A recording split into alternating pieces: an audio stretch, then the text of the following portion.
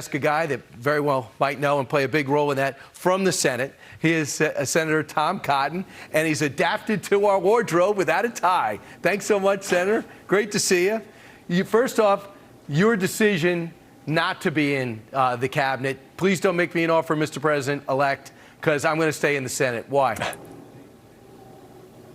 Well, Brian, I'm very excited about the victory that President Trump had on Tuesday night and the Republicans had in the Senate and House as well. We have a lot of critical issues to work on, not just national security and foreign policy, but also tax cuts, getting control of our border, beginning deportation of violent, illegal immigrants, working to unleash American energy. These are all issues that really excite me, that matter a lot to the people of Arkansas, and I want to work with them, work on them with President Trump and Republican senators to help advance that agenda for the American people. So flattered to be considered by President Trump over the years, but also very excited to be in the Senate representing the people of Arkansas, working with my fellow Republicans for a better country.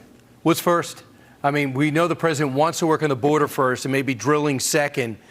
Are you sensing, talking to the people close to him, that there's a plan in place?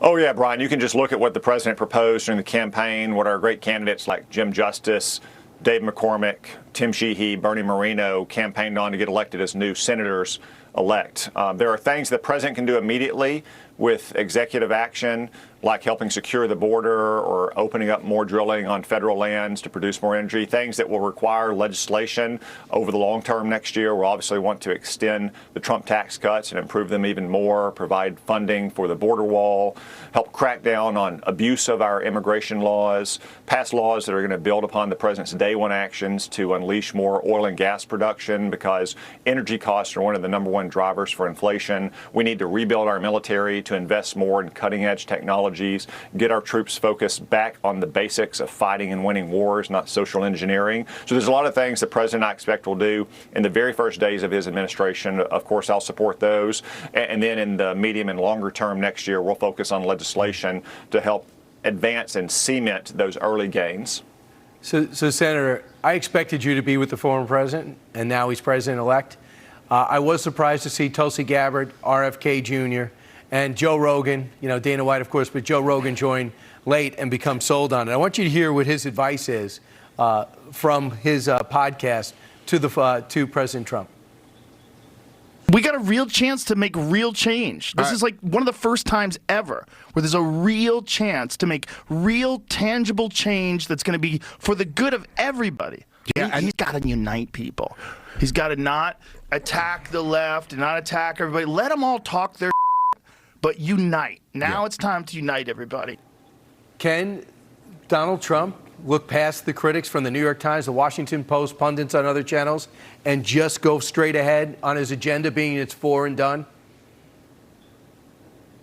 Yeah, Brian, I agree with Joe Rogan. Right now is a time for unity in our country. President Trump was very gracious and magnanimous in his victory speech on Tuesday night. He's focused on solving the problems that this country has, and the people who came behind President Trump in this campaign, to include all those people who voted for Republican, probably for the first time in their lives. If you look at, say, Latino counties in South Texas, or the inroads that President Trump made with minority voters and female voters, they want solutions. They want prices down. They want our border secure.